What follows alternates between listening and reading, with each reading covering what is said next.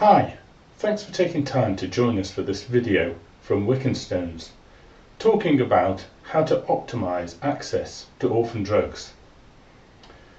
Some of the largest products globally, such as Gleevec and Rituxan, started life as orphan products. But with the identification of more and more rare diseases and tightening healthcare budgets, the world is looking like a much tougher place. The advent of Health Technology Assessment, or HTA, in Europe in the 1990s has started a trend for more and more reviews of all drugs coming to market.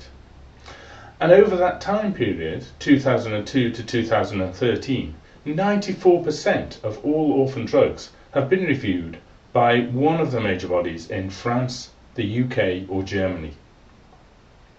While the timing of those reviews has decreased rapidly from 2 to 3 years in the early 2000s to just 2 months in 2012, the outcomes have not always been as positive as the industry would like. While in the early 2000s, 80% of products with an orphan designation received a positive review from at least one HTA body, an ASMR of 1 or 2, positive acceptance by the Scottish Medicines Consortium or approval by NICE or the AWMSG. By 2012, that ratio had been inverted, so now only 20% of orphan drugs receive a positive indication from an HTA body, and many of those requiring complex and expensive patient access schemes funded by the industry to placate the payers involved. So how should you prepare for your launch? While all orphan drugs are unique, a careful analysis of all the orphan drugs launched from 2002 to August 2013 shows that there are some clear trends. Firstly, start early. Clear winners have carefully thought through the biggest challenges in the development and then commercialization of orphan drugs. Those challenges being getting the right comparator, making sure that the data set is robust, and making sure that the data is applicable to the local situation. Almost every orphan drug was criticized by an HTA body about the quality of the data set. It's an inherent part of having a rare disease. However, 54% of those products rejected by HAS in France, or given a low ASMR rating, were done so because specifically of the poor choice of comparator or lack of comparator in the clinical trials. Secondly, understand the local environment and play by the rules when you can.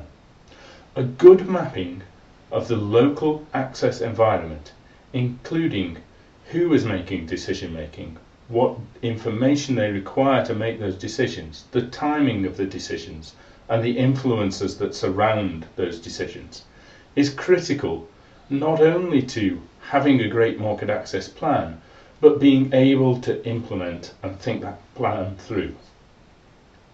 Of all the rejections by the Scottish Medicines Consortium and the All Wales Medicine Strategy Group for orphan drugs, 69% stated that the manufacturers did not submit all or part of the evidence required. And finally, break the rules when you have to. Governments can and will go against the advice of HTA, such as for Kalydeco for cystic fibrosis, which in both Scotland and Wales, the governments overruled the local HTA bodies to make the product available. But this is a case-by-case initiative, not a clear policy shift. And to get that right, you need to have on board all of the local stakeholder groups, from patient advocates, key opinion leaders, and even the payer community. That requires good evidence, well packaged, and a strong communication plan. with a shifting focus of HTA to value-based pricing and more complex and numerous local reviews, achieving market access will continue to be a challenging part of your launch strategy. Putting your market access planning at the heart of your development and commercialization plan is critical to achieving success.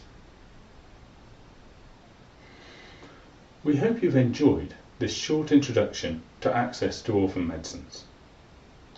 If you'd like to know more, or to know more about Wickenstones and our approach to solving your issues, then please do contact us either by email at wickenstones@wickenstones.co.uk, or you can call me, Eddie Gibson, on 0044 7795 166 043. Thank you very much and good luck with the launch.